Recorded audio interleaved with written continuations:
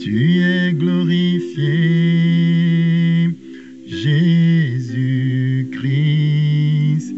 Tu es glorifié, Jésus-Christ. Tu es glorifié, Jésus-Christ. Tu es glorifié, Jésus-Christ. Tu es glorifié, ah oui, Jésus-Christ. Tu es glorifié. Bonjour mon bien-aimé. Bon matin, comme on dit ici au Québec, au Canada. Je vous salue de la part de Jésus-Christ. Si tu entends ma voix ce matin, c'est que le Seigneur t'a fait la grâce de te réveiller. Il t'a encore donné le souffle de vie en cette journée afin que tu puisses l'adorer, l'exalter, le célébrer et lui rendre gloire. Voilà pourquoi ce matin, tu dois exploser littéralement en action de grâce. Tu dois dire merci à Jésus pour cette grâce qu'il t'accorde de vivre encore une journée pour l'adorer, pour l'exalter, pour le célébrer. C'est un privilège qu'il te donne. C'est un privilège qu'il te donne. Alors nous sommes dans notre enseignement sur le lait spirituel et nous sommes dans notre chapitre 2, le deuxième fondement du lait spirituel, c'est la foi en Dieu. Et jusqu'ici, nous avons dit que notre Dieu, c'est Jésus-Christ, c'est le témoin fidèle, c'est l'alpha et l'oméga, le roi des rois, le seigneur des seigneurs. Et nous voulons étudier donc la foi en Dieu. Qu'est-ce que ça veut dire? Ça veut dire de placer toute sa confiance dans la personne de Jésus, de croire en Jésus-Christ, de croire qu'il peut tout, de croire qu'il est là, qu'il va nous libérer car il s'appelle Emmanuel, Dieu avec nous. Il n'est pas à distance, il est ici, il est là, il est maintenant, il est en train d'agir dans ta vie. C'est lui qui opère des miracles et des prodiges, c'est lui qui fait des choses extraordinaires dans ta vie. Alors, hier on a vu, on est en train de parcourir Hébreux 11. Et lorsqu'on aura fini Hébreux 11, chaque verset d'Hébreux 11, on aura fini cette série sur la foi. Parce que j'en ai parlé, mais il y a encore beaucoup de choses à dire. Mais il faudrait que je passe au troisième élément du lait spirituel. Alors, on continue donc dans Hébreux 11. On était au verset 5 hier où qui nous parlait d'Enoch qui a été enlevé. On a parlé de l'enlèvement. On a parlé du fait d'être consacré à Dieu, d'être tout entier pour Dieu. Aujourd'hui, nous allons lire le verset 6 de Hébreux 11. Je veux que tu prennes ta Bible. Je donne toujours des versets. Prends-moi cette Bible. Ne joue pas, mon frère. Ta vie en dépend. Hébreux 11 à partir du verset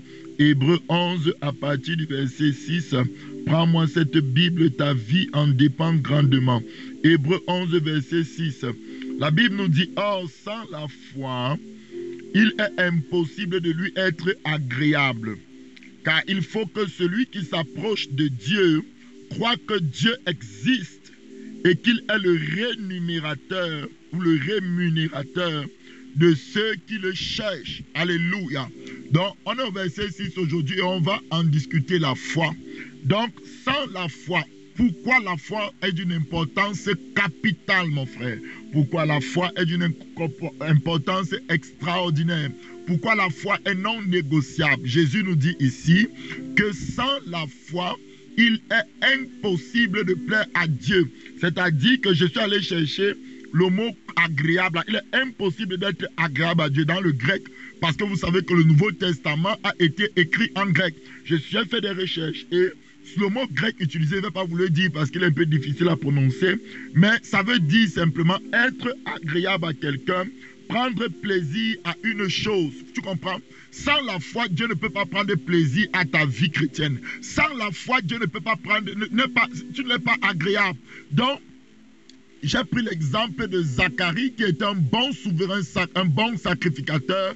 Il se sanctifiait avec sa femme, mais il était incrédule à tel point que même l'ange Gabriel a dû le frapper pour qu'il soit muet. Vous vous imaginez à quel point son incrédulité dérangeait le ciel. Un être céleste qui vient du ciel, qui sait comment les choses fonctionnent, quand il était en contact avec Zacharie, il n'a pas pu supporter cette manière d'être incrédule. À plus forte raison maintenant, Dieu qui est assis sur le trône. Donc il faut comprendre comprendre que ce n'est pas le fait de ne pas pécher ou quoi que ce soit qui plaît à bon. Le fait que tu ne pêches pas, c'est bien. Je ne suis pas en train d'encourager les gens à ne pas pécher. Mais je veux mettre l'accent sur la foi. Parce que celui qui a la foi vivra dans la sainteté, j'en suis convaincu. Celui qui a la foi authentique vivra dans la sainteté. Mais plus encore, il aura vraiment une foi bouillante. Il aura vraiment une foi authentique. Il fera les œuvres que Dieu veut qu'il fasse. Alors la Bible nous dit ici que sans la foi, mon frère, ta vie ne peut pas plaire à Dieu.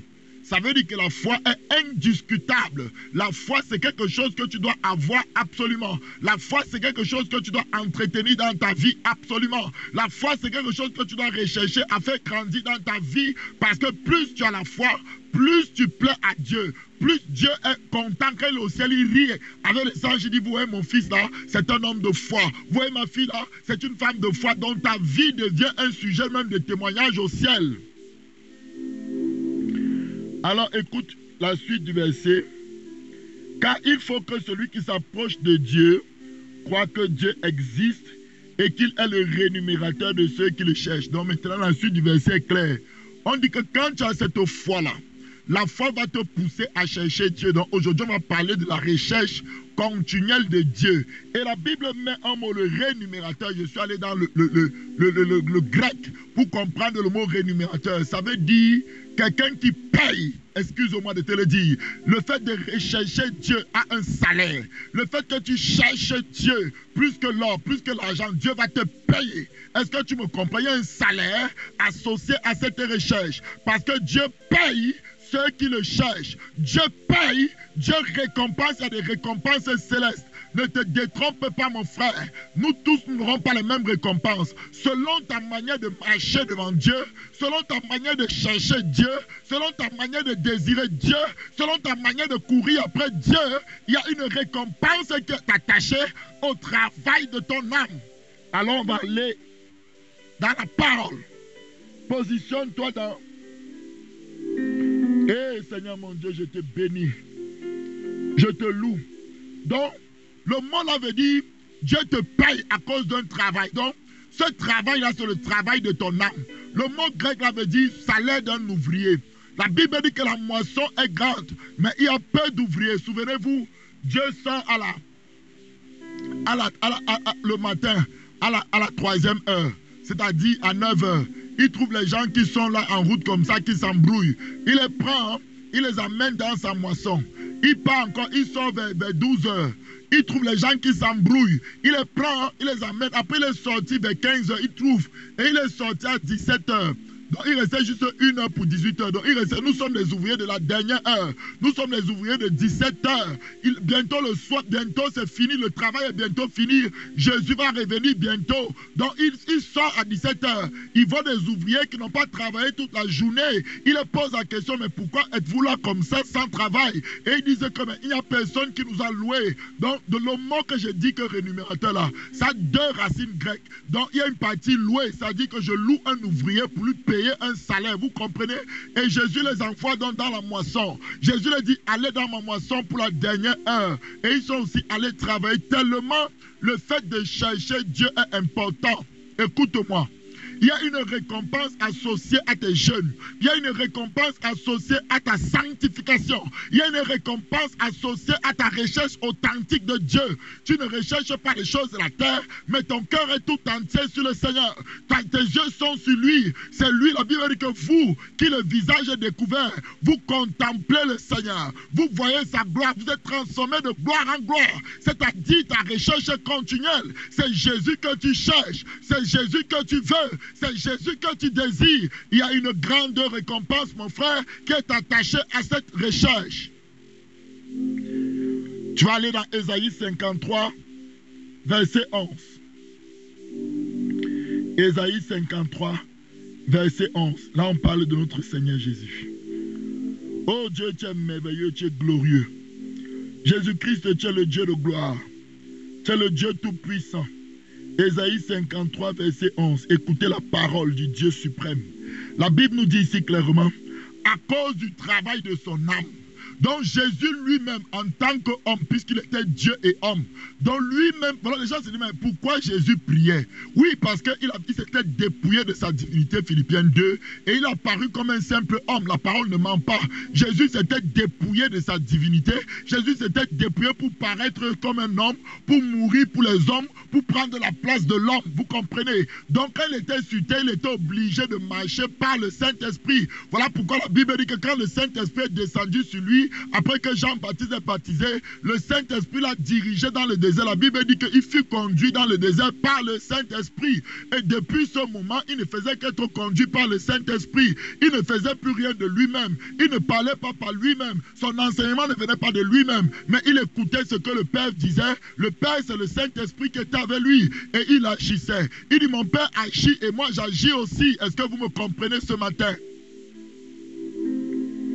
Alors la Bible dit ça, c'est le travail. Quand ton âme commence à chercher Dieu, c'est un travail. Ça, ce n'est plus un travail que Dieu va récompenser grandement. C'est un travail que Dieu va récompenser avec force, avec autorité, avec gloire. Il va témoigner même sur la terre des vivants que tu le recherches vraiment pas de miracles authentiques. Il y aura une réelle force de Dieu qui va se manifester au travers de ta vie. Ésaïe 53, verset 11. À cause du travail de son âme, il rassasiera ses regards.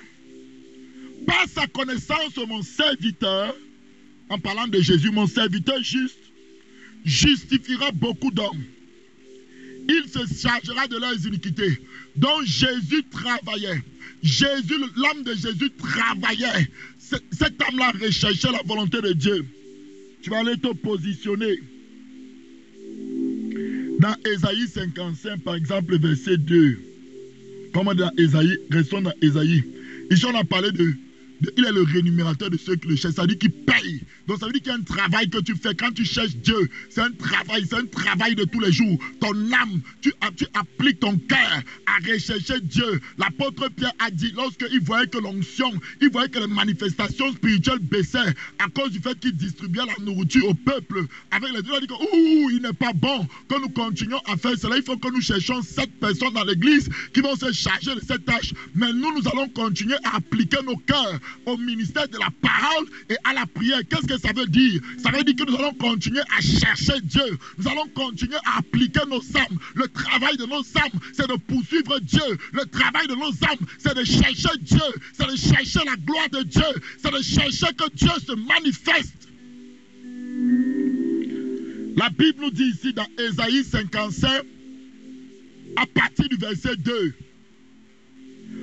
Pourquoi pesez-vous de l'argent pour ce qui ne nourrit pas?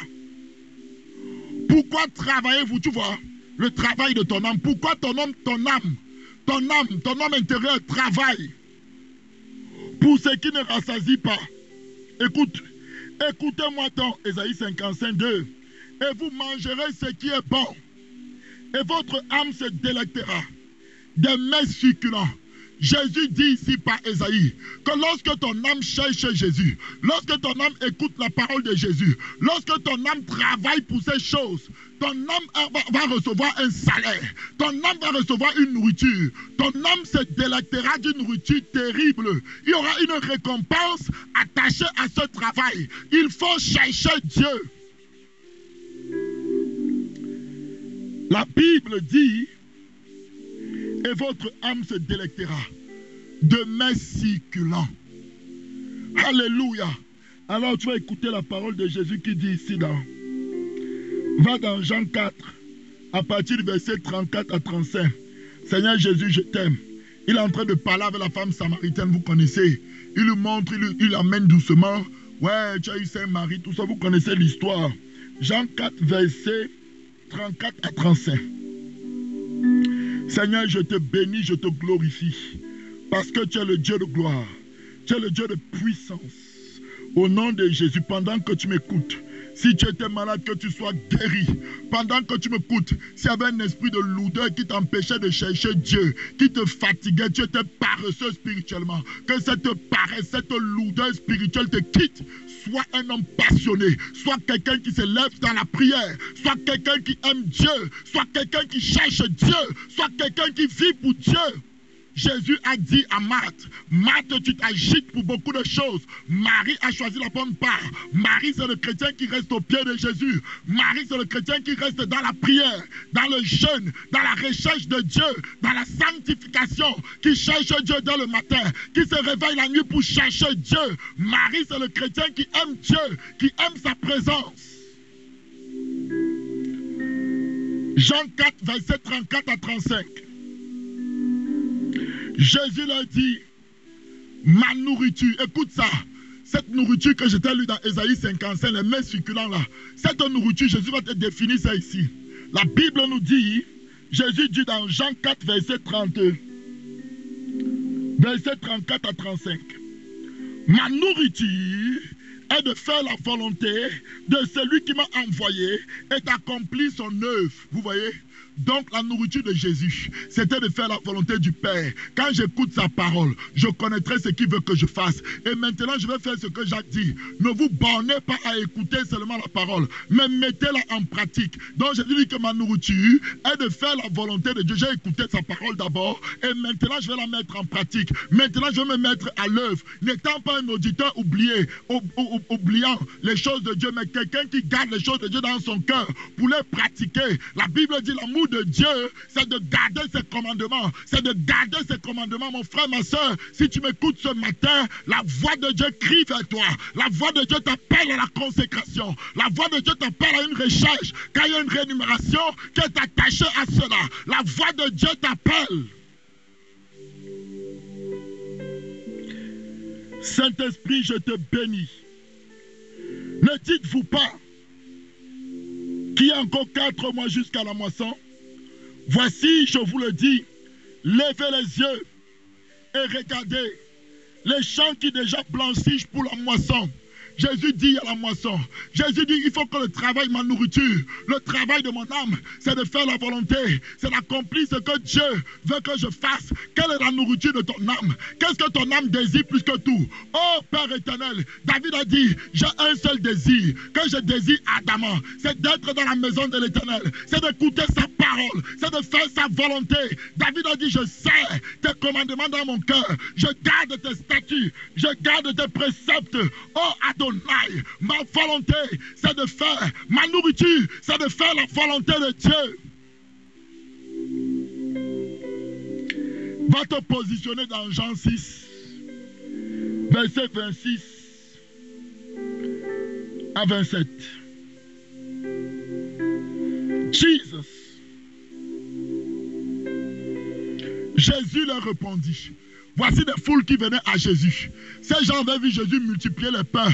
Ils ont mangé. Ils ont cru que le royaume des cieux, c'est de manger, de prendre un jus, de rôter, de dire Dieu est bénissant. Dieu nous a bénis avec la nourriture. Jésus les voit venir encore. Jésus dit, hé, Jésus voit leur cœur. Écoutez, quand Jésus les voit venir, Jean 6, on peut commencer au verset 25. Et l'ayant trouvé, il cherchait Jésus parce qu'il pensait que maintenant ils vont arrêter de travailler physiquement pour essayer de manger facilement la nourriture physique. L'ayant trouvé au-delà de la mer, il lui dit, Rabbi, quand es-tu venu ici? Écoute la réponse de Jésus, verset 26. Je suis dans Jean 6. Je t'ai dit, prends ta Bible, ne joue pas avec, prends ta Bible quand je parle, ce n'est pas un amusement. Jean 6, verset 26. Jésus leur répondit, en vérité, je vous le dis, vous me cherchez non parce que vous avez vu des miracles. Ça veut dire que Jésus est en train d'indiquer une nourriture ici. Jésus dit qu'il est bon de le chercher pour voir les miracles.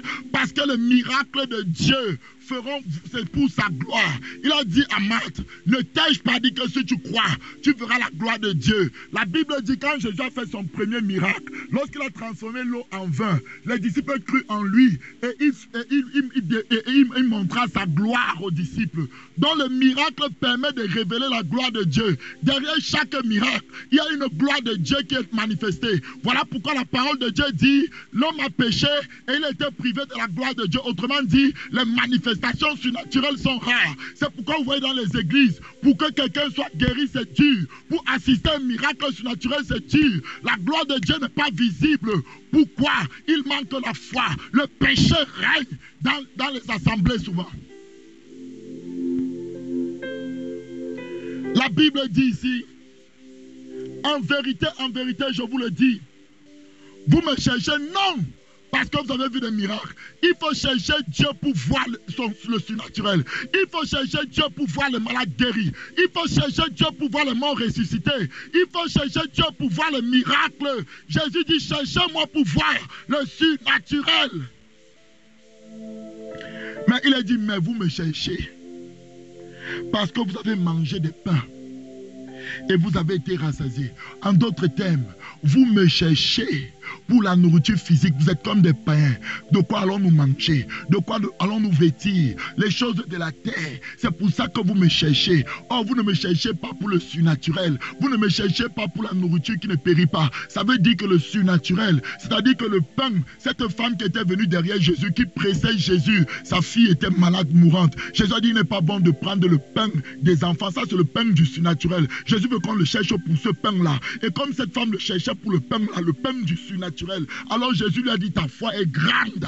Tu vois, Jésus aime de telles choses. Jésus dit ici que vous ne m'avez pas cherché parce que vous avez entendu que je guéris les malades. Vous ne m'avez pas cherché parce que vous avez entendu que je ressuscite les morts. Vous ne m'avez pas cherché parce que vous avez entendu que je fais de grands miracles. Mais vous me cherchez parce que vous voulez manger le pain physique, la nourriture passagère, les choses qui vont rester sur la terre. Tu cherches Jésus pour une voiture. Tu cherches Jésus pour une petite maison. Mon frère, je ne suis pas en train de dire que si tu n'as pas où dormir, tu ne peux pas demander à Dieu, Dieu va te le donner. C'est un besoin nécessaire. Si tu n'as pas de quoi manger, demande à Dieu, va te donner la nourriture. Il y a des gens dans le monde qui n'ont pas de quoi manger. Donc quand Dieu les donne à manger, pour eux c'est un miracle.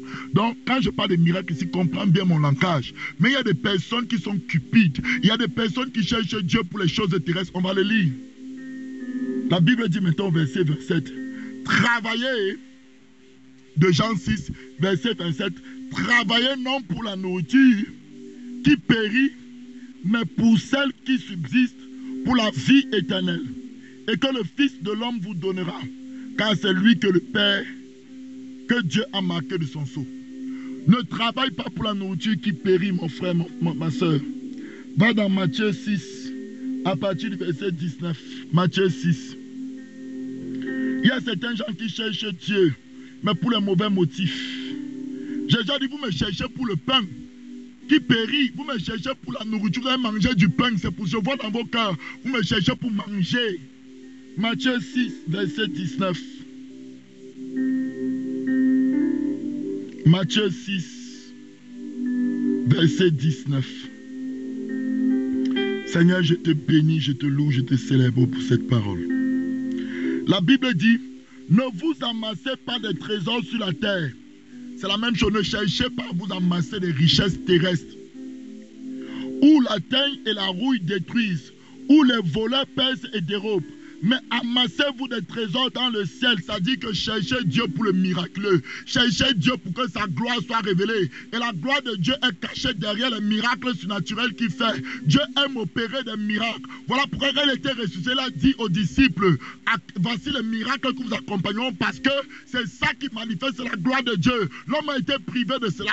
L'homme ne sait pas qu'il peut être guéri du sida en une fraction de seconde. L'homme ne sait pas qu'il peut marcher, même s'il n'a jamais marché de toute sa vie. L'aveugle qui n'a jamais vu ne sait pas qu'il peut voir. Alors lorsqu'il voit, il est en contact avec la gloire de Dieu.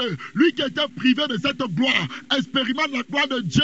Dieu le touche et il se convertit dans le nom puissant de Jésus. La parole de Dieu dit, ne vous amassez pas les choses de la terre. Ne me cherchez pas pour le pain, pour les habits, pour les maisons, pour les voitures. Mais cherchez d'abord premièrement le royaume des cieux. Et toutes choses vous seront données par-dessus. Cherchez premièrement le royaume des cieux. Et toutes choses vous seront données par-dessus.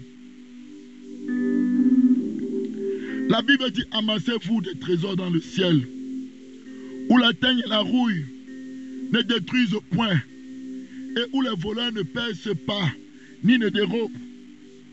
Va te positionner dans 1 Timothée 6, à partir du verset 6 jusqu'à 12.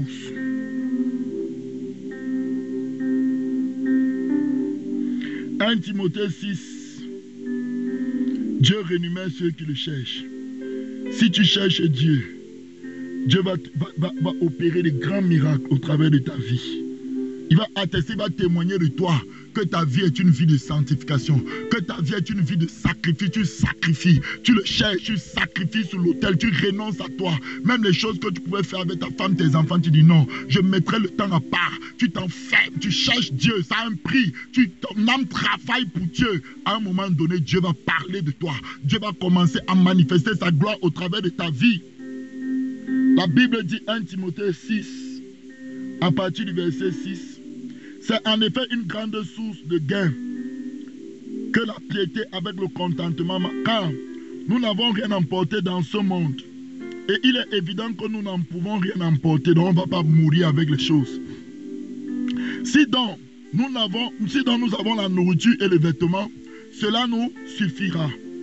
Mais ceux qui veulent s'enrichir, verset 9 de 1 Timothée 6, ceux qui veulent s'enrichir tombent dans la tentation, dans le piège, et dans beaucoup de désirs insensés et pernicieux qui plongent les hommes dans la ruine et la perdition. Verset 10. Car l'amour de l'argent est une racine de tous les maux, et quelques-uns en étant possédés se sont égarés loin de la foi. Donc le fait de chercher les choses de la terre, le fait de suivre Jésus pour la nourriture physique, je ne dis pas que si tu n'as pas de quoi manger, tu dois demander à Dieu, oh Seigneur, je n'ai pas de quoi, donne-moi à manger. Il va te donner à manger. Parce que pour toi, c'est difficile peut-être de manger. Peut-être pour toi, c'est difficile de te loger. Là, c'est une prière, ça va devenir quelque chose que tu vas utiliser pour bâtir ta foi. Mais maintenant, si tu as de quoi manger, si tu as de quoi dormir, et que tu cherches à t'enrichir, il y a des gens qui viennent dans l'église pour que leur business fonctionne. Ce n'est pas une bonne motivation. Tu cherches Dieu pour la nourriture qui périt. Tu te donnes le travail de ton âme n'est pas bon devant Dieu. Change de curseur. Cherche Dieu pour lui-même. Cherche Dieu pour opérer les miracles. Cherche Dieu pour prophétiser. La Bible dit que cherchez les dons spirituels. La prophétie 1 Corinthiens 13. Donc, cherche Dieu pour le surnaturel parce qu'au travers des choses surnaturelles, c'est la nourriture qui ne périt pas, parce que Dieu a dit que je vous donnerai donc de ce pain, le pain de la guérison, le pain qui est sur la table pour les enfants, le pain de la guérison, le pain de la prophétie, le pain du surnaturel, afin que ça compte dans la vie éternelle. Écoute-moi bien. Toute œuvre miraculeuse que tu feras pour Jésus, ou que Jésus fera au travers de toi, sera comptée jusque dans le monde surnaturel. Pourquoi? Parce que tu as permis à Dieu d'exprimer sa gloire au travers de toi. Jésus a dit, je t'ai glorifié devant les hommes. Comment Jésus a glorifié? Il a permis à Dieu de manifester ses miracles. Il dit que c'est le Père qui fait ces choses au travers de moi. Mais toi, Dieu ne fait rien au travers de toi. Tu parles seulement. Aucun miracle, rien. Ce n'est pas bon. Cherche Dieu. La parole de Dieu dit ici clairement,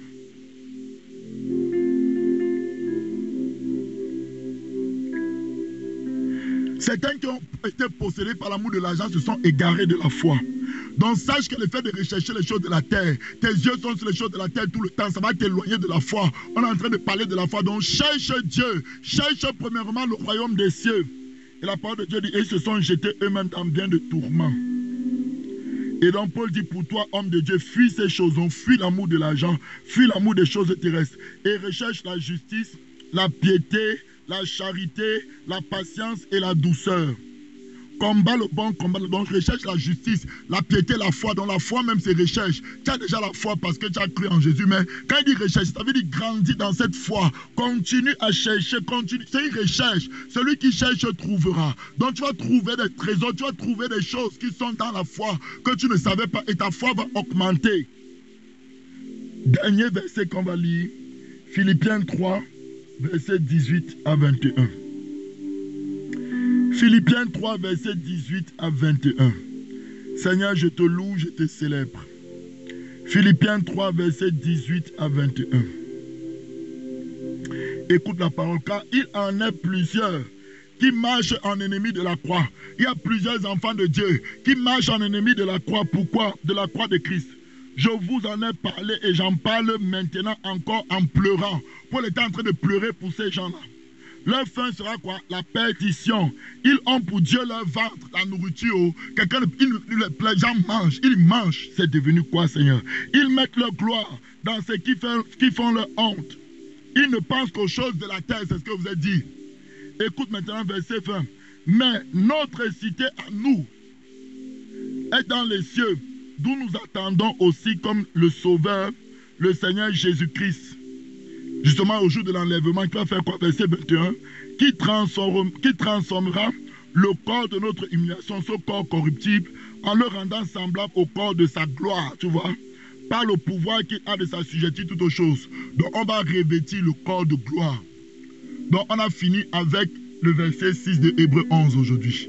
Cherchez Dieu, il va vous payer, il va vous rémunérer, il va témoigner de vos vies. Vous allez recevoir le témoignage de Dieu que vous marchez avec lui. Alors j'ai fini pour aujourd'hui et je vais toujours prier pour les malades. Tu es malade, tu as mal quelque part et ce matin tu as écouté la prédication.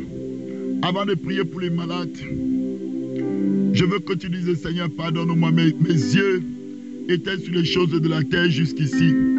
Mes yeux étaient sur les choses de la terre, Seigneur, je me souciais de quoi vais-je manger, qu'est-ce que vais laisser à mes enfants, ceci, cela. Or, ce n'est pas ça, ça c'est les préoccupations des païens d'après ta parole. Tu nous demandes de chercher premièrement le royaume. Tu as dit dans 2 Chroniques 7, verset 14, si le peuple sur lequel est invoqué mon nom s'humilie, prie et cherche ma face, c'est là où il y aura les manifestations spirituelles. C'est là où je guérirai son pays. Tu vois, donc la recherche de Dieu est rémunérée par la restauration de la nation. Lorsque Daniel s'est engagé dans un temps de prière de 21 jours pour toute la nation a été délivrée. La restauration de la nation est venue, mais Dieu l'a rémunéré, il a cherché Dieu 21 jours où il a prié. Lorsque Néhémie s'est engagé dans 3 mois de prière pour la nation, Dieu a rebâti les murailles de Jérusalem. Dieu a rebâti tout ce qui était en ruine. Regarde les ruines de ta famille. Pendant que tu es en train de t'amuser, Satan est en train d'amener tes enfants en enfer. Pendant que tu es en train de chercher les choses de la terre, Satan est en train de frapper des maladies, d'écouter la vie des gens autour de toi. Toi, tu assistes à ce spectacle et tu ne veux rien faire. Alors ce matin, tu as dit, Seigneur, fais-moi la grâce de te chercher. Seigneur mon Dieu, fais-moi la grâce de te chercher. Tu es le rémunérateur de celui qui te cherche. Donne-moi un cœur qui te soupire après toi.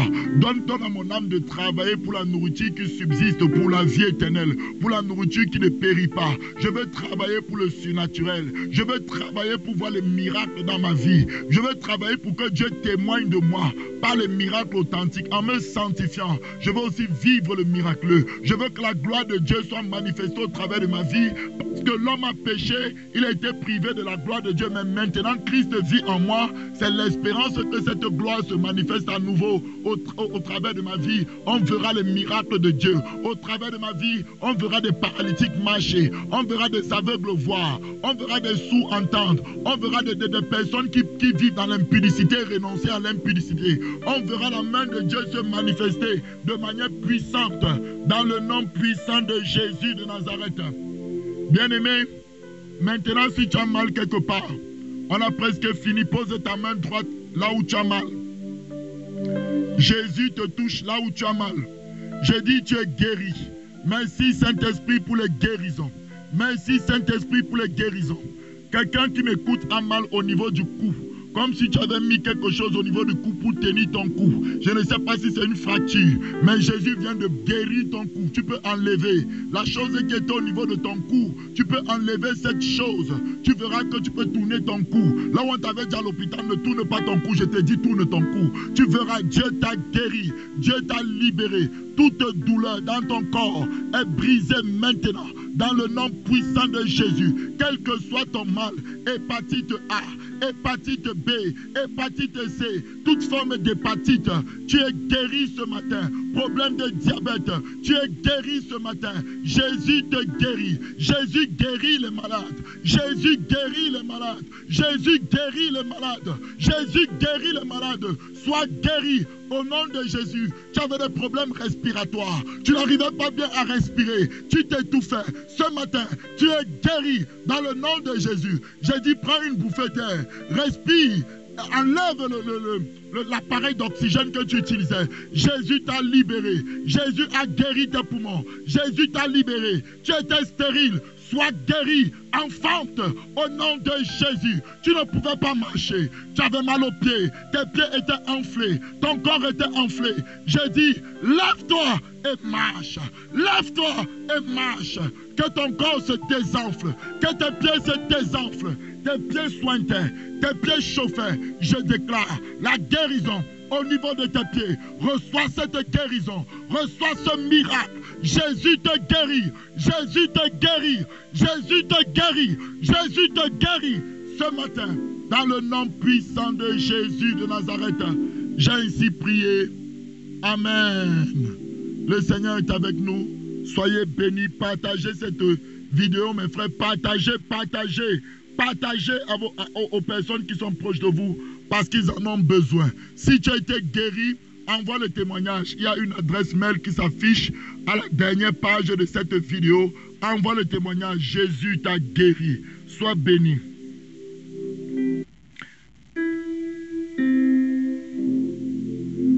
Tu es élevé, Seigneur.